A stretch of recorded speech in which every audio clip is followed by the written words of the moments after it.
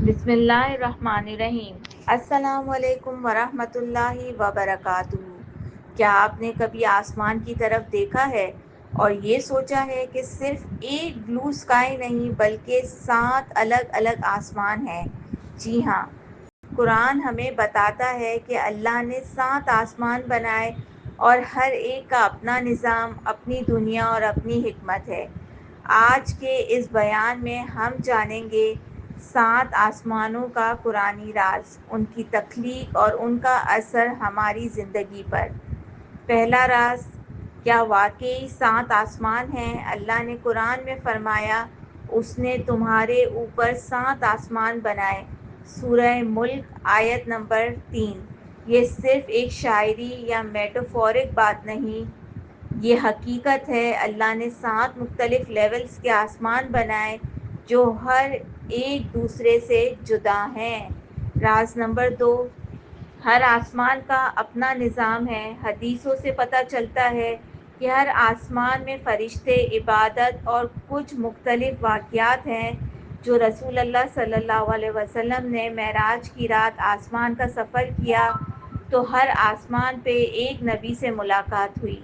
پہلا آسمان حضرت آدم علیہ السلام، دوسرے آسمان پر حضرت عیسیٰ علیہ السلام اور یحییٰ علیہ السلام، تیسرا آسمان حضرت یوسف علیہ السلام، چوتھا آسمان حضرت ادریس علیہ السلام، پانچویں آسمان پر حضرت ہارون علیہ السلام، چھٹے آسمان پر حضرت موسیٰ علیہ السلام، ساتویں آسمان پر حضرت ابراہیم علیہ السلام۔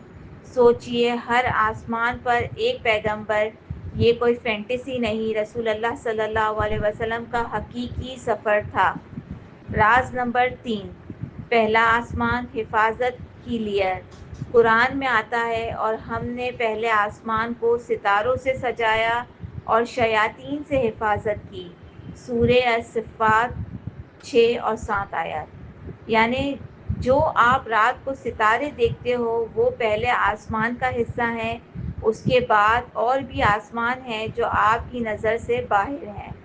راز نمبر 4، کیا ہر آسمان پہ زندگی ہے؟ اس سوال کا جواب اللہ کے علم میں ہے، لیکن قرآن کے اس جملے پر غور کریں، جو کچھ آسمانوں اور زمین میں ہے سب اللہ کا ہے۔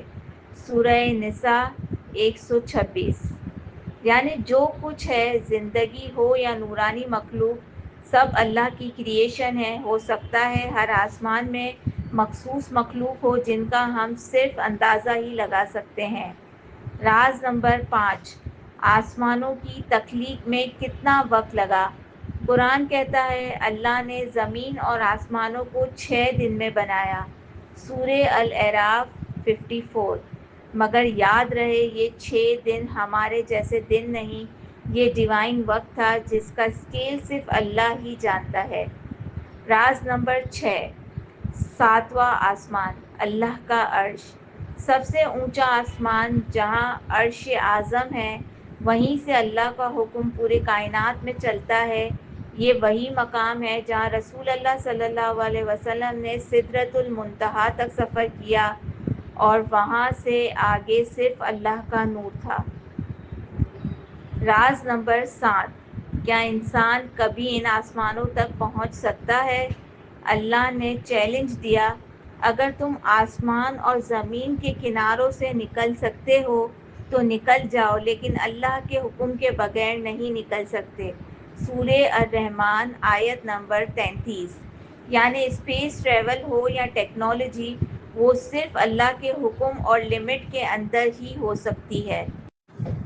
جب آپ اگلی بار آسمان دیکھیں تو صرف ایک نیلا رنگ نہ دیکھیں، بلکہ سوچئے اس کے پیچھے چھپے 7 جہاں، 7 راز اور 7 دروازے، جہاں اللہ کے فرشتے، نور اور حکومت چھپی ہے۔ اور سب سے اونچی چیز اللہ کا عرش، جس کے نیچے سب کچھ ہے اور جس کے اوپر کچھ بھی نہیں۔ اللہ ہمیں اپنے علم، ایمان اور یقین میں اضافہ نصیب کرے۔ خدا حافظ۔